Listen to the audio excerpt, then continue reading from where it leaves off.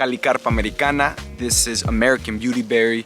It's native here to my local area of Central Texas. It ranges from Florida through the Carolinas all of the way here to Texas. The leaves are a good mosquito repellent. You can either grab them, crush them up and rub them on your skin, or you can put these in a jar with some alcohol to make a spray. It's gonna become very deep green after a few days. The more you leave it in, the more you let it ferment, obviously the more potent it will be. You can use that to dye and of course keep those mosquitoes and ticks away. These berries here make a very fine tea. They can also make some delicious jelly. You can actually eat the berries right off the stem. Don't be afraid to try these things. Just make sure that you identify them correctly. These are the only berries out here in nature that I've noticed that clump up like a beaded wristband. There's not much space in between. It's very easy to identify them. The stem, the bark, the trunk, very easy to identify. These leaves here have rigid edges that kind of resemble a blade, a saw. Leaves are almost like sandpaper. It's like I said, some of the beneficial uses for these are the mosquito repellent, stronger than Deet. Berries make a fine tea that help with stomach inflammation, overall inflammation. The bark is really good for skin itch. The roots can actually be used to treat things like colic. Now what we're gonna go ahead and do is harvest some of these leaves, make that mosquito repellent. We're gonna harvest a whole bunch of these berries, make a fine tea out of that, make that taste really nice for you, as well as make a whole lot of good, delicious jelly. When I tell you that there's an abundance of it, I'm not exaggerating at all. We have a whole forest full. We have some here. We have a whole bunch over here. There's miles and miles of it.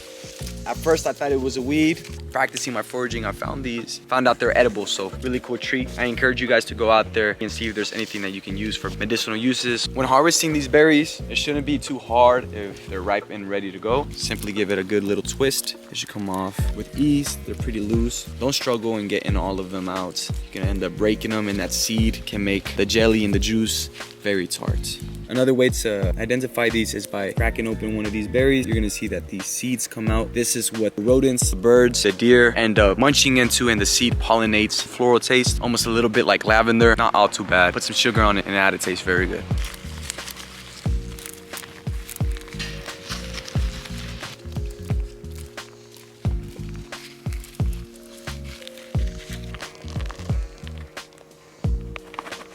We have about 2 cups worth of the berries here. We're gonna go ahead and wash these off, rinse them, make sure that there's no critters mixed in with our jelly.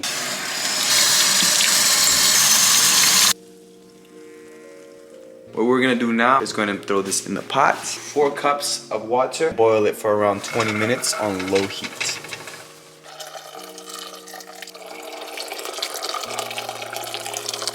We'll be right back. Grab yourself a jar, alcohol, your forage leaves. I got plenty here. If I need a really potent spray this time around, mosquitoes are coming out. It's summer. First step is placing the leaves in the jar. Now, I didn't wash these. Just do watch out for any bird, feces, or any insects before placing them in here.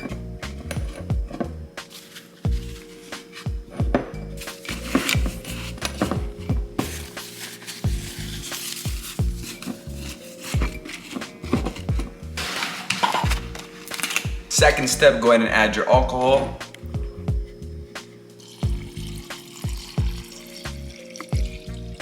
Find yourself a utensil to be able to put some pressure on it. Go ahead and squish it on in there, cap it up, and then leave it in a dark place for 3 or 4 days.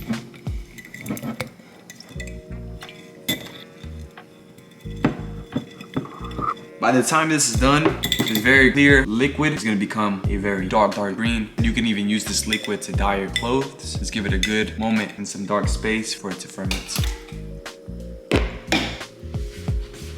Take a look. After 20 minutes, you'll notice that the berries drop down. The liquid begins to turn rose red, dark red, almost like a hibiscus red. Let's grab ourselves a potato masher. Plastic one will probably work better. What I'm gonna do is gently push down on it so that it can excrete all the flavor. All right, you guys, so now is time to transfer. What I've done is put a sieve, a colander right on top of this other pot. Go ahead and run it through it.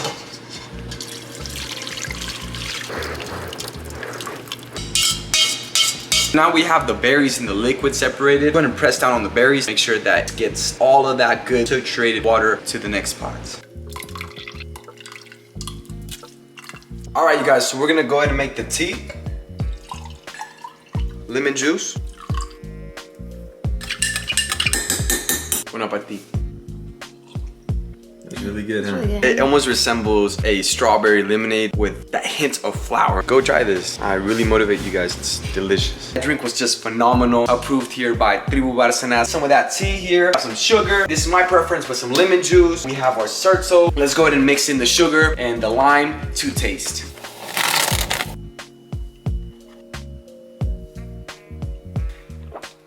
Phenomenal. Let's go ahead and get the stove on. Wait till it comes to a boil.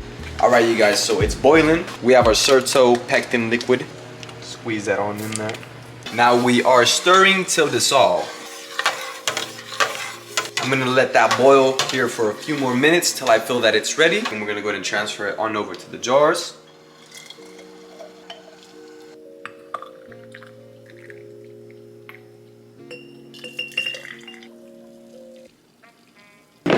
We're gonna go ahead and put these in the fridge, see how they come out maybe later on tonight, if not tomorrow. We will be test trialing them.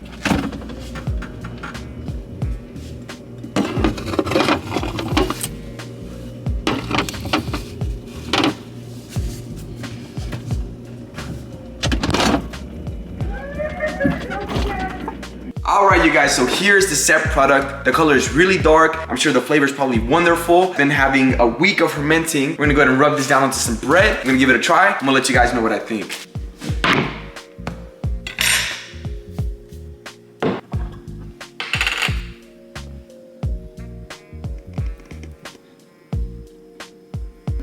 Sale vale. Callicarpa Americana marmelada on a slice of bread. It's been fermented for a week. I'm sure this flavor is gonna be amazing. Let's take our first bite. Provecho.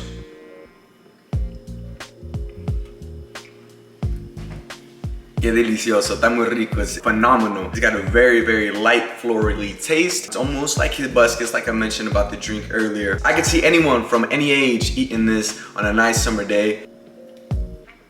It's really refreshing, especially imagining that we have drinks on the side. We're out on the pool, at the park. It's an amazing little addition to your picnic. I definitely recommend you guys go try this out. Without further ado, let's go get into that mosquito repellent liquid that I made earlier in the video. Let's go check that out.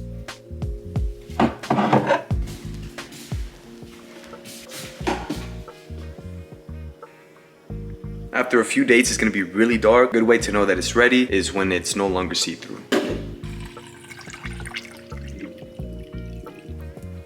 See nomás, you have your natural mosquito repellent. All right, so be very careful with this spray. I was actually kind of surprised at how dark that happened to get. Kind of just took all of the pigmentation out of the leaves, which was surprising. When you spray this on your skin, you're gonna notice that it has a dark green pigmentation. Make sure to be easy around the clothes. You can go ahead and spray this to all open area surfaces where you might think that mosquitoes wanna have their way. It works wonderful and it's really potent. I definitely suggest making the liquid approach rather than just grabbing some of these leaves, rubbing them on. I recommend doing the liquid approach. I think it's a more potent strategy against the critters of summer.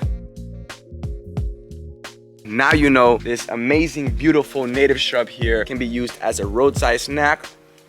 Be made into medicinal teas, juices. You can make that delicious marmelada as well as this insect and mosquito repellent. Do hope that you guys enjoyed this video and that this helps you get out and make a better connection with the nature around you. If you guys did enjoy this video, make sure to drop a like down below, maybe a comment as well. And you haven't already subscribed, I'm looking forward to bringing a lot of good content to you. Make sure to go check out one of my last videos right here and stay attentive for my next one. This is TlalliTlacatl y hasta luego. I'm signing out.